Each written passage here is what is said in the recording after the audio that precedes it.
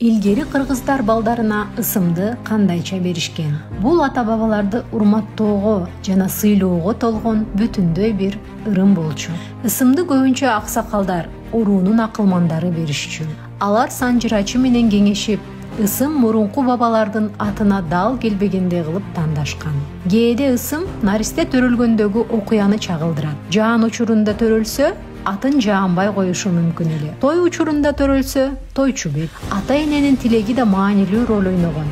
Балага баатырдын, акындын урматына же жон гана күч-кубат, ийгилик каалоо менен бакыт, нур, айсылуу деген ысымдарды беришкен. Кээде атка коргоочу маанидеги сөздөр кошулган.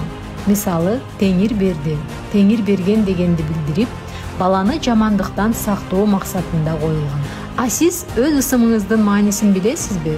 Эмне үчүн дал ушундай ысым берилген? Комментарийге жаза кетиңиз.